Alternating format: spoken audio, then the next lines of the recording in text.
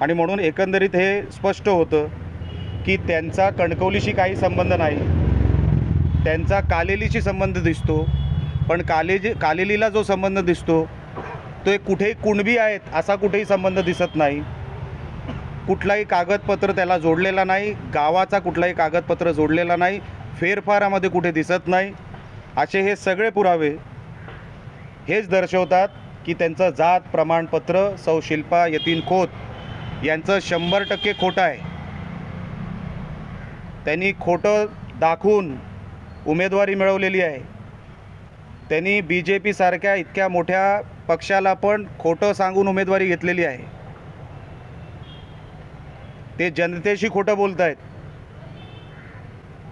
त्यांना थोडी जरी काहीतरी असेल तर त्यांनी आत्ताच जनतेची माफी मागावी, कारण का कोर्टामध्ये आपलं पिटिशन पोचलेलं आहे. येणाऱ्या काही दिवसामध्ये त्यांना नोटीस देखील येईल. त्याच्यामध्ये कुठेही सिंधुदुर्गाचं नाव खराब व्हायला नको, कारण का आता कोल्हापूर बेंच आहे. तुम्ही आत्ताच ह्या सगळ्या विषयाची दखल घ्या, संबंधित उमेदवारांना सांगतोय. खोटं करून तुम्ही उमेदवारी मिळवलीत, आता तुम्ही जनतेची मतं मिळवायला जे जाताय हे जनतेला कळावं की किती खोटारडेपणा हा चालला आहे.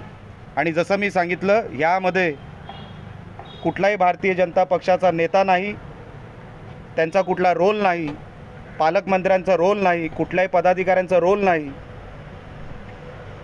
हा फक्त आणि फक्त या नवरा बायको हे जे उमेदवार आहेत ते आणि त्यांचे मिस्टर जे आहेत यतीन खोत यांनी केलेला हा सगळा कर्मकांड आहे. आपल्याला काय मिळवायचं होतं हे सगळं करून, जसं मी काल बोललो, तुम्ही 7 नोव्हेंबरपर्यंत 2025मध्ये त्यांचा फॉर्म रद्द होणार. ते पहिलं तर त्याच्यासाठी निवडून आले पाहिजे. ते निवडून आम्ही कसं यायचं ते आम्ही बघू आमच्या पार्टीने. तुम्ही काल पण म्हटलं, जरी एक मताने ते निवडून आले, शक्यता नाही पण जरी एक मताने ते निवडून आले तरी तो फॉर्म कोर्टामध्ये टिकणार नाही.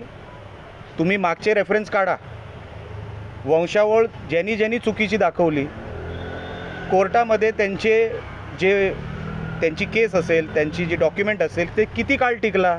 वर्षभराच्या आत कोर्ट निकाल देतो. टिकणारं नाही, जरी हे जिंकले तरी. म्हणून पोटनिवडणूक तर लागणार जर हे जिंकले तर, पण ते लागूच नाही. त्यांनी आताच जनतेची माफी मागावी असं आमचं म्हणणं आहे.